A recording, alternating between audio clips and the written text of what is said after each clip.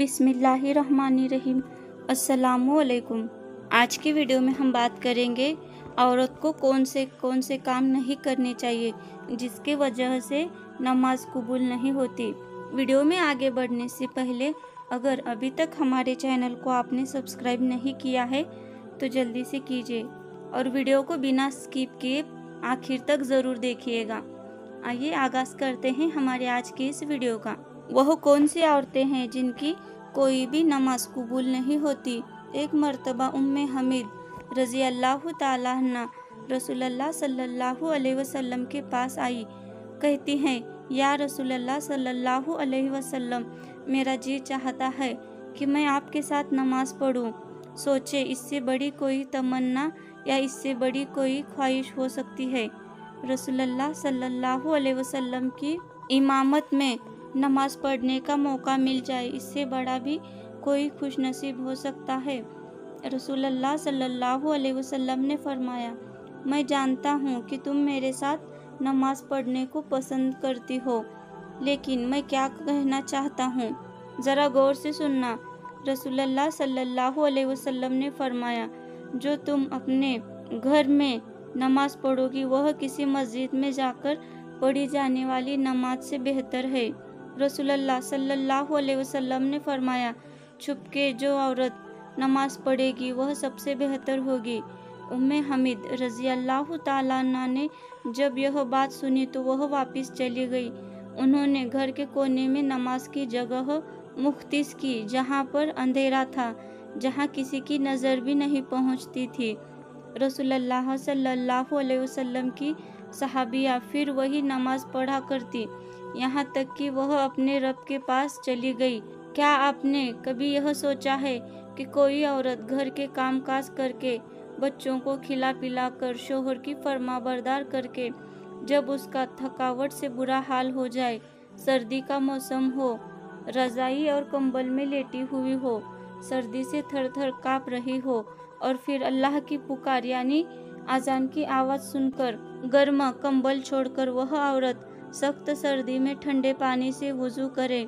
ठंडे पानी और सर्दी की वजह से जिस्म के रोंगटे खड़े हो जाए, सर्दी से जिस्म कांप रहा हो, सर्दी ऐसी हो कि दांत बज जाए, फिर भी ऐसी औरत अल्लाह तबारक व ताला की रज़ा और सवाब की नीयत से वज़ू करे और फिर सर्दी को बर्दाश्त करके नमाज अदा करे और उसकी नमाज ही कबूल न हो, ऐसा क्या हो सकता है? जी हाँ, बिल्कुल। रसूल खुदा सल्लल्लाहु अलैहि वसल्लम ने फरमाया था, जो औरत जवान हो जाए जब तक सिर पर दुपट्टा नहीं, उसकी नमाज कबूल नहीं होती। और आपने यह भी फरमाया, जो अपने बालों को नहीं ढांपती तो उसकी भी नमाज कबूल नहीं होती। रसूलुल्लाह सल्लल्लाहु अलैहि वसल्लम ने फरमा दिया कि अगर कोई औरत खुशबू लगाकर मस्जिद में जाती है और उसकी खुशबू दूर तक पहुंच जाती है तो जब तक यह औरत गुस्ल नहीं कर लेती उसकी नमाज कबूल नहीं होती। इसलिए फरमाया, ऐ औरतों की जमात, तुम में से कोई मस्जिद में जाना चाहते हो तो खुशबू लगाकर न जाया करो। मिसखातुल मसाबी की रिवायत है कि जब तक ऐसी औरत गुस्ल नहीं कर लेती उसकी नमाज कबूल नहीं होती। खुदावंद की नाफरमानी करने वाली औरत, हदीस के अल्फाज हैं, 3 ऐसे लोग हैं जिनकी नमाज कबूल होना तो दूर की बात कान से ऊपर भी नहीं जाती। वह कौन से लोग हैं? ऐसा गुलाम जो मालिक की इजाज़त के बगैर दौड़ गया हो, वह जाकर तहज्जुद भी पढ़ेगा तो कबूल नहीं होगी। ऐसी औरत जो अपने खाविंद को नाराज़ करके रात गुजारती है, उसकी नमाज कबूल नहीं होगी। रसूलुल्लाह सल्लल्लाहु अलैहि वसल्लम ने फरमाया, क्या मैं तुम्हें ऐसी औरत के बारे में न बताऊं जो कब्र से सीधा जन्नत में चली जाएगी? सहाबाए किराम ने अर्ज़ किया, या रसूलुल्लाह सल्लल्लाहु अलैहि वसल्लम, वह खुशकिस्मत और खुशनसीब औरतें कौन कौन सी है? आपने फरमाया, ज़्यादा बच्चे जनने वाली औरत यानी ज़्यादा बच्चे पैदा करने वाली औरत मरने के बाद कब्र से सीधा जन्नत में जाएगी। फिर फरमाया, जब शोहर नाराज़ हो जाए तो शोहर को जल्दी राज़ी करने वाली औरत, जब शोहर नाराज़ हो जाए तो शोहर के हाथों में हाथ रखकर जो बीबी कहती है, ए मेरे सरताज, जब तक आप राज़ी नहीं होंगे मैं खाना नहीं खाऊंगी। जब तक आप राज़ी नहीं होंगे मैं ज़ेबो जीनत नहीं करूँगी। वह औरत जो अपने शोहर के साथ टूटकर मोहब्बत करती है, अल्लाह और उसके रसूल की रज़ा के लिए अपने शोहर की इज्जत करती है, अदब करती है, एहतराम करती है, शोहर की खामियां दूसरी औरतों के सामने बयान नहीं करती, हमेशा शोहर की तारीफ ही बयान करती है। फरमाया वह नमाजी औरत, कुरान मजीद पढ़ने वाली औरत, शरीयत पर पाबंदी से अमल करने वाली औरत मरने के बाद कब्र से सीधा जन्नत में चली जाएगी। रसूलुल्लाह सल्लल्लाहु अलैहि वसल्लम ने फरमाया, औरत अल्लाह ताला की बेहतरीन मखलूक में से एक मखलूक है। मर्द के लिए यह खास नेमत है, इंसानियत के लिए यह अल्लाह का एक एहसान भी है।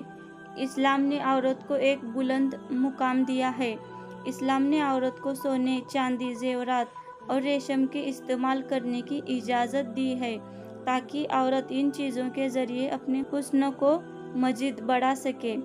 रसूलुल्लाह सल्लल्लाहु अलैहि वसल्लम ने सहाबाए किराम को तहकीक करते हुए यहाँ तक फरमाया कि मेरे सहाबा, जब तुम काफ़ी अरसे बाद सफ़र से वापस लौटो तो अचानक घर में न चले जाया करो, बल्कि अपनी औरतों को इतना मौका ज़रूर दो कि वह बन संवर कर खूबसूरत होकर बड़े प्यार और मोहब्बत से तुम्हारा इस्तकबाल कर सके। मगर इन सारे कामों के लिए इस्लाम ने एक शर्त भी रखी है कि औरत बनाव सिंगार करके मार्केट की जीनत न बने, औरत बन संवर कर बाज़ारों की रौनक न बने।